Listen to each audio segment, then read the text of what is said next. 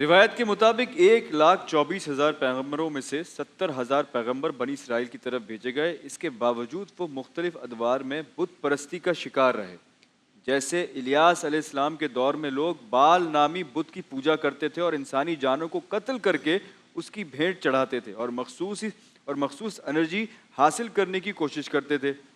یہی کچھ پچھلے دنوں ایپسٹین فائلز میں سامنے آیا ہے، جس میں بال کا بھی ذکر ہے اور جس میں بااثر افراد یہی سارے گھناؤنے افعال انجام دیتے ہوئے نظر آتے ہیں۔ کیا یہ دونوں واقعات اور ان لوگوں کے کرتوت ایک دوسرے سے مماثل نہیں ہیں؟ اس پر آپ کیا فرمائیں گے؟ عامر عبداللہ صاحب۔ بسم اللہ الرحمن الرحیم۔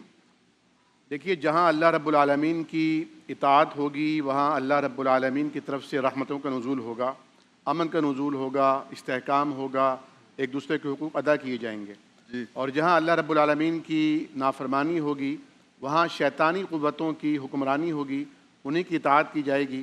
سورہ جن میں اللہ رب العالمین نے ذکر فرمایا ہے کہ پہل جنات انسانوں سے ڈرا کرتے تھے، خوفزدہ ہوا کرتے تھے۔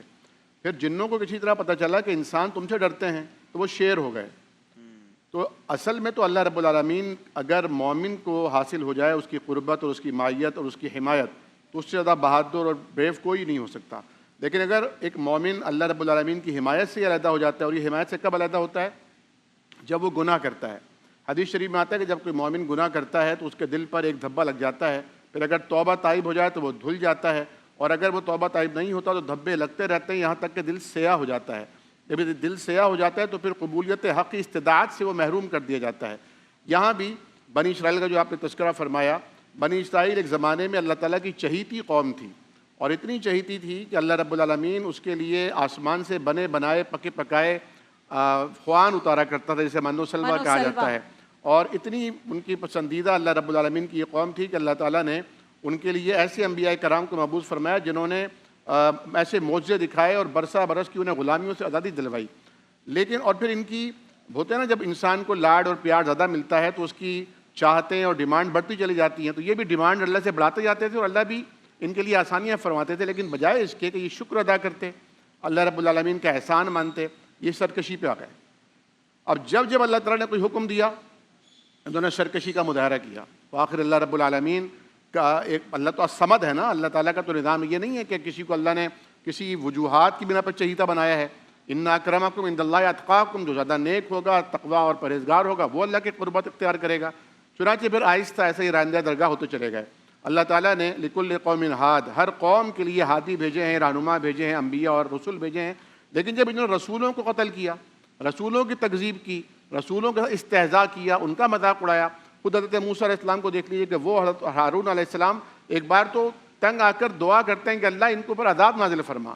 یعنی کوئی ایسا، جب آپ کوہ طور پر جاتے ہیں تو یہ بچھڑے کو اپنا معبود بنا لیتے ہیں، تو اللہ تعالیٰ نے پھر نظام کیا کہ بھئی وہ گائے والا خواب آیا، حکم آیا کہ گائے کو ذبح کرو، تاکہ ان کے دلوں سے وہ جو بچھڑے کی محبت ہے وہ نکال دی جائے، اور یہ باور کرایا جائے کہ مخلوق مخلوق ہے اور خالق خالق ہے۔ صحیح۔ جو بال کا آپ نے ذکر کیا، تو بال کا پرانی تہذیبوں میں ذکر ملتا ہے، اور میں یہ سمجھتا ہوں کہ ہمارے ہاں بھی ہندوؤں میں جو اوتار بڑے بڑے مشہور ہو گئے، اور مشرکین مکہ نے بھی جن بڑے بڑے لوگوں کو جو 360 بت خانہ کعبہ کے ارد گرد سجائے ہوئے تھے، ان میں لات تھے، حبل تھے، منات تھے، عزا تھے، تو یہ اس دور کے کوئی عام لوگ نہیں تھے، بلکہ اس دور کے بہت بڑے عبادت گزار لوگ تھے۔ ان کا معاشرے میں ایک وزن تھا، ان کی ایک قوت تھی، روحانی حیثیت تھی، جس کی بنا پر متاثر ہو کر لوگوں نے ان کی جائے نماز پر، ان کی جائے عبادت پر بیٹھنا باعث سعادت سمجھا، ان کی پھر تصویریں بنانا شروع کی، پھر آہستہ آہستہ ان کے بت سجانے لگے۔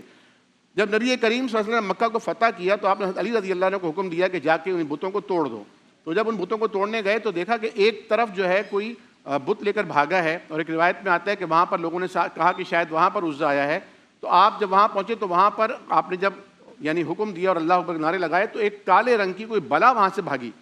تو ہوتا یہ تھا کہ جب اس قسم کی جو ما ورائے عقل، ایک انسان سے کی عقل سے زیادہ بڑی شخصیات ہوتی ہیں، صاحب کرامات بزرگ ہوتے ہیں، اللہ والے ہوتے ہیں، تو بعد میں ان کی شکل اختیار کرتے ہیں یہ شیاطین، اچھا، ان کا حلیہ اختیار کرتے ہیں یہ جنات، اور لوگوں کو باور کراتے ہیں کہ تمہیں وہی بزرگ آ کر یہ مدد تمہاری کر رہے ہیں۔ اچھا، ان کے اوپر عقیدہ مزید پختہ ہوتا چلا جاتا ہے، اور بجائے اس کے کہ اللہ تبارک و تعالیٰ کی طرف مزید پختہ ہوتا ہے، ان کی طرف چلا جاتا ہے۔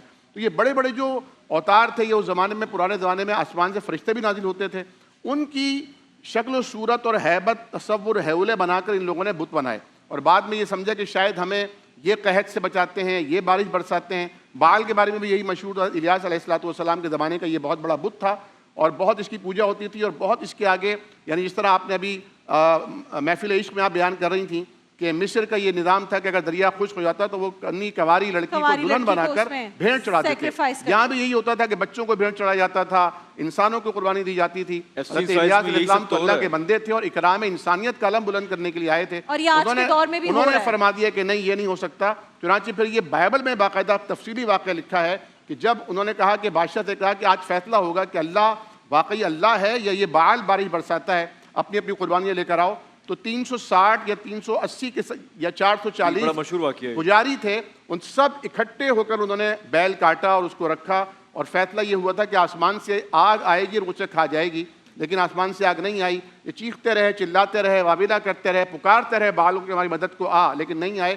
چنانچہ پھر جب انہوں نے اللہ رب العالمین کے لیے ایک جانور ذبح کیا اس کے نام پر، اس کا گوشت رکھا، اور اکیلے نے اللہ کے لیے دعا کی، ایک اکیلے نے دعا کی، آسمان سے آگ آئی، اس کو کھا گئی۔ پھر بادشاہ کے حکم پر ان سارے پجاریوں کو قتل کیا گیا، اور کئی سال تک پھر ایک اللہ کی توحید کا علم بلند رہا، لیکن پھر آخرکار دوبارہ ہر دور میں ایسا ہوا کہ پھر وہ تعلیمات بدلتی ہیں، اور پھر شیطان کو پوجا پاٹ کا۔ ایپسٹین کہاں رہ گیا؟ ہاں، ایپسٹین کہاں رہ گیا؟ ایپسٹین بات کہاں رہ سچ ہے گیا؟ کہ وہ ایپسٹین والا جو معاملہ ہے وہ اتنا اہم ہے، شیطان پرستی ہے نا، اس میں شیطان پرستی ہے، بچوں کا، زندہ بچوں کا گوشت کھایا جا رہا ہے، کینیبلزم ہو رہا ہے۔ اس کو ڈسکس ہونا چاہیے، اس پر ہم 2 دن سے جو ہے نا مطالعہ کر کے آ رہے ہیں۔ یہ تو آپ یقین کریں پہلے روزے سے ہم کوشش کر رہے ہیں کہ کریں، لیکن آپ لوگوں کی ماشاءاللہ شخصیت ایسی ہے کہ سوالات بھی بہت آتے ہیں، اللہ کا شکر۔ ایپسٹین والا معاملہ ہم چاہتے ہیں خود ہم ڈسکس کریں، اور انشاءاللہ کریں گے۔ کچھ ضرورت بھی ہوتی ہے، ظاہر ہے کچھ لوگوں کے سوالات ہیں، لیکن کچھ ہمیں لگتا ہے ہماری ذمہ داری بھی ہے۔ انشاءاللہ کل اسی سوال سے آغاز کریں گے۔ بہت بہت شکریہ۔